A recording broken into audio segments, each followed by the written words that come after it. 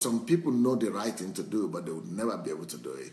And that's like in this particular situation, that is the kind of fear and another lesson that we could learn from Moses.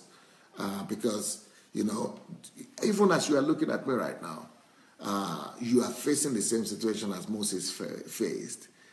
Moses faced the choice of doing the right thing or being caved in by fear and staying back. So, he knew he needed to escape Egypt. He knew he needed to leave Egypt and escape for his life. And some of you who are listening to me now, you are somewhere, you are at a location or in a country whereby where you know that you are supposed to have been living, to leave that country. You are supposed to leave that job, or you are supposed to leave that particular situation where you are in, but you don't have the boldness to do it. You don't have the audacity to do it. You don't have, you don't seem to have the confidence to be able to do what is right. And so it seems to be so easy when you are looking at this scripture. Oh, by faith he left Egypt. Why did he need faith to leave Egypt? Why does he need faith to leave Egypt? Why do you need faith to do what is right? Why do you need faith to, especially to just leave one country to the other? Why will you need faith for that? Oh yeah, because for him to leave Egypt, there were so many consequences that were attached to that. So many consequences were attached to that decision. And the reason why you are afraid is not because of just leaving the place, but because of the consequences. You see, most things that frighten us is not the action we're supposed to take by itself, but the consequences of that action. The things we're afraid of, the things that will follow, and the things that we're afraid of losing control. We're afraid of the fact that we might not be in charge and we might not be in the position to control the consequences.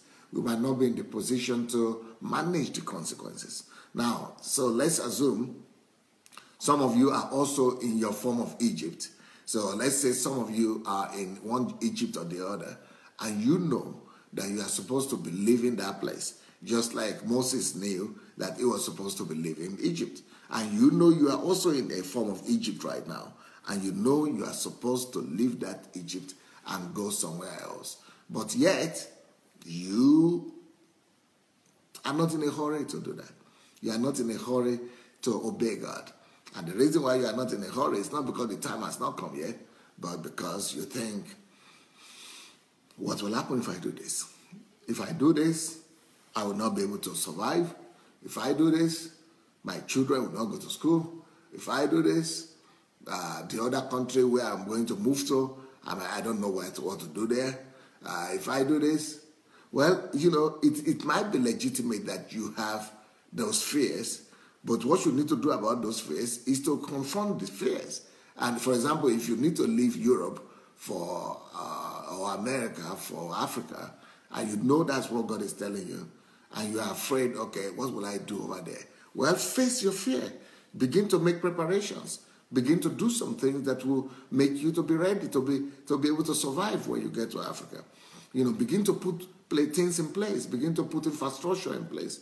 Begin to put your your amenities in place. The things that will help you to settle down there. So if there are some things that you are afraid of, that you are not well equipped yet to be able to take the right action, just face it and begin to do what you need to do. You don't need, if let's say you are afraid of leaving Europe or America for Africa, and you know that there is no place for you to live there, or there is no job for you to do there, or there are no provisions for you there. Then go ahead and begin to put the provision in place. Go ahead and confront that and begin to look for a way to resolve it.